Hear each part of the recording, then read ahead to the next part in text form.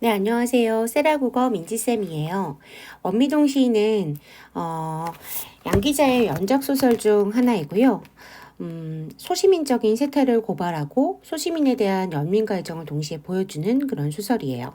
키워드를 잡는다면 소시민이 되겠죠. 소시민이 뭐냐? 이기적으로 나만 생각하는 그런 평범한 사람을 얘기합니다. 여기서 소시민의 전형은 김반장이 나오는데요. 반면에 이제 이기적인 소시민을 포용하는 시인 몽달 씨가 등장합니다. 그래서 성격이 서로 대조적인 거죠. 몽달 씨는 이타적이고 배려할 줄 아는 사람, 김반장은 그렇지 않은 사람. 이걸 지켜보고 있는 사람이 바로 나예요. 나는 1인칭의 이제 서술자인데요. 이런 어린아이, 지금 7살로 나오는데, 이 어린아이 서술자를 동원한 이유는 어른들의 세계가 그만큼, 부조리하고 모순적이다라는 걸, 어린아이 시선에서 보면, 폭로해주면 훨씬 더 자극적으로 나타나기 때문이에요. 자, 그러면 읽어보겠습니다. 원미동 시인에는 또 다른, 별명이 있다. 원미동 시인 이 사람이 이제 몽달 씨거든요. 몽달 씨의 별명이에요.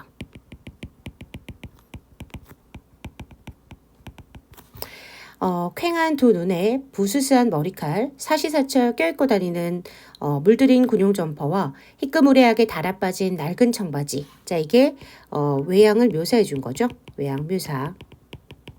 그러면 좀 친해지고 싶지는 않은 그런 외양이에요. 밤중에 보면 꼭 몽달 귀신 같다고 서울 미용실의 미용사 경자 언니가 맨 처음 그를 몽달씨라고 부르기 시작했다. 자, 몽달씨는 시인이기도 해서 원미동 시인이라고도 불린대요. 그럼 여기까지 몽달씨에 대한 캐릭터를 소개해 준 거죠. 자, 끊어갈게요.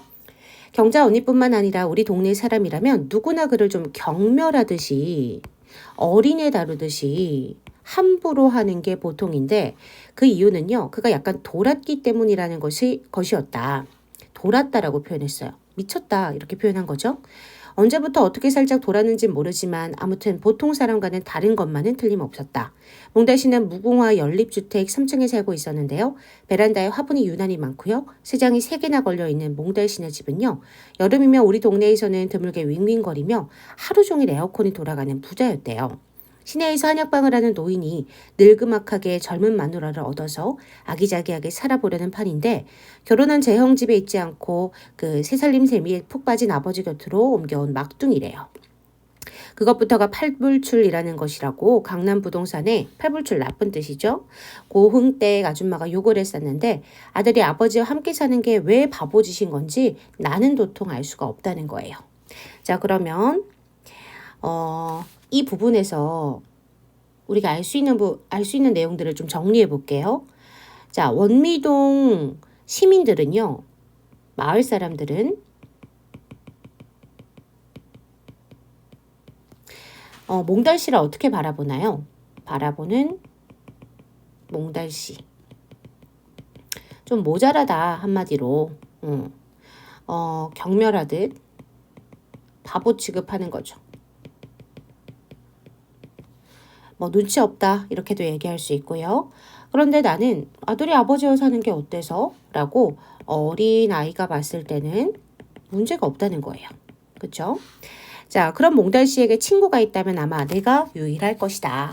몽달 씨 나이가 27살이니까 나보다 20살이나 많지만 자, 이 나는 여자아이고요.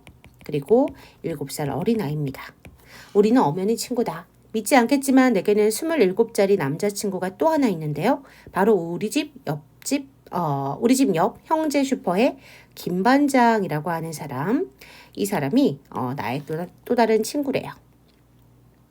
그는 원미동 23통 5반의 반장으로 누구보다 씩씩하고 재미있는 사람이다.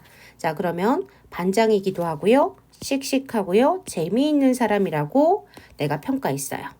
김반장에 대한 나의 평가. 좋은 사람이라는 거죠. 굿. 나는 매일같이 슈퍼 앞에 빛이 파라솔 의자에 앉아 그와 함께 낄낄거리는 재미로 하루를 보내다시피 했는데요. 요즘에는 예전처럼 웃기는 소리 해주거나 아이스크림을 건네주는 법이 없고 다소 퉁명스러워졌대요. 자, 그러면 김 반장의 태도가 변했네요. 태도 변화. 그 이유가 곧 나옵니다. 그 까닭은요, 나는 훤히 알고 있지만 모르는 척 할 수밖에. 자, 훤히 알고 있다는 것 자체가 내가 좀 성숙한, 조숙한 아이라는 것을 알 수 있어요. 우리 집 셋째 딸 선옥이 언니. 자, 나에게는 언니가 있는데요. 선옥이 언니가 있어요. 지난달에 서울 이모집으로 훌쩍 떠나버렸기 때문이다. 김 반장이 이 선옥이 언니를 되게 좋아한 거예요. 그래서 나한테도 잘해줬는데 선옥이 언니가 가버리니까 나한테도 이제 잘 안 해주는 거죠. 중력 부분 줄거리 갑니다. 나는 몽달 씨와 형제 슈퍼 김 반장과 친구처럼 지내고요. 김 반장은 몽달 씨를 일꾼처럼 부려먹는다. 어느 날 몽달 씨는 불량배들에게 아주 나쁜 이들에게 쫓겨서 형제 슈퍼를 찾아갑니다.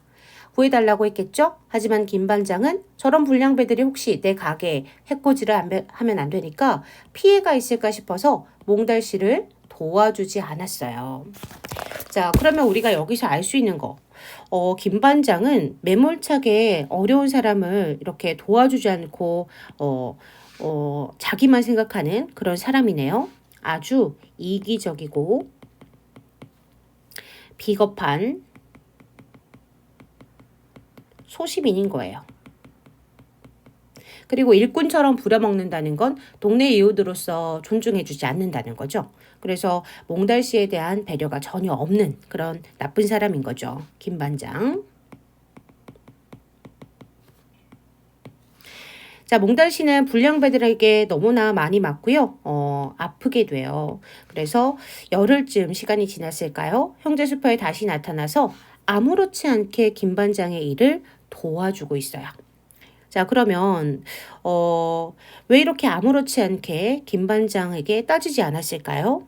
그거는 이 소시민을 마음으로 포용하고 이해한다는 뜻이에요. 자, 그래서 이 몽달 씨는 참 배려심이 많은 사람이구나 라는 걸 알 수 있는 거죠. 자, 근데 내가 얘기합니다. 그날 밤 나 여기서 다 봤어요. 김 반장이 아저씨 내쫓았잖아요. 하니까 순간 몽달 씨가 정색을 하고 내 얼굴을 찾아봤어요. 이게 화가 난 게 아니고요. 얘가 다 알고 있네?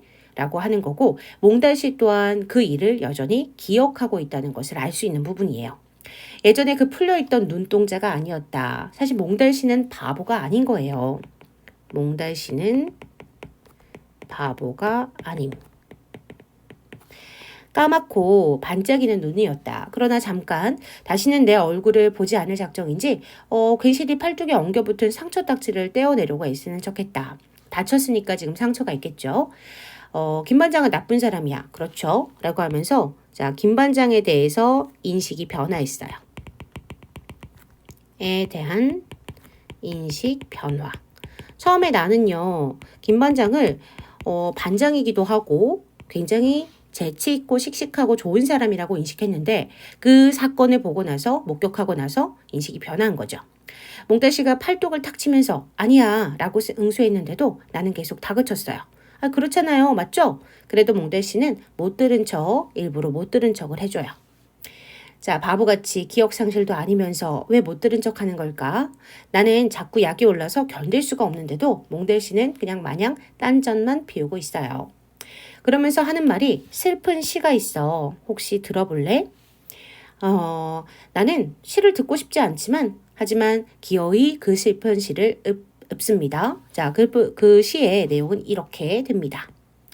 마른 가지로 자기 몸과 마음에 바람을 들이는 저 은사시 나무는 박해받은 순교자 같다. 그러다 다시 보면 저 은가시 나무는 박해받고 싶어하는 순교자 같다. 이런 시의 내용이 나오네요. 너 글씨 알지? 이거 다 가져. 나는 다 외웠으니까.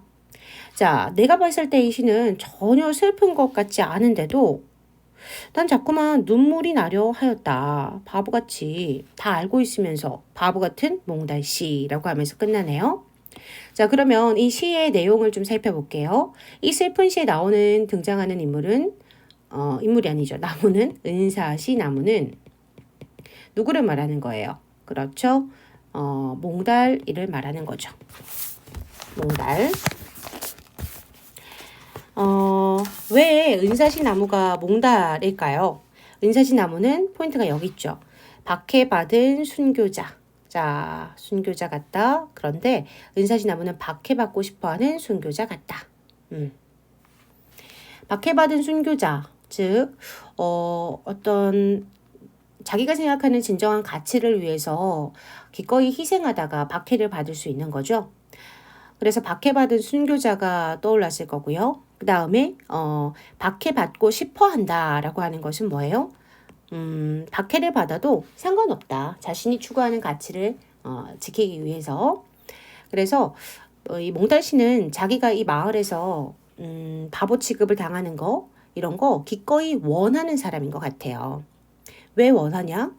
그거는 알 수 없지만 정확하게는 추론을 해보자면 소시민적인 이기적인 그 사람들을 포용하고 이해하려는 가치를 자기는 훨씬 더 높이 사고 있는 것 같아요. 그래서 내가 저들을 다 이해해야지.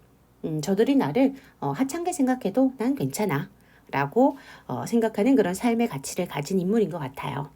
자, 이렇게 몽달씨의 가치관을 우리가 한 번쯤 생각하게 해보는 도대체 몽달씨는 어떻게 저들을 이해하고 포용하는 걸까?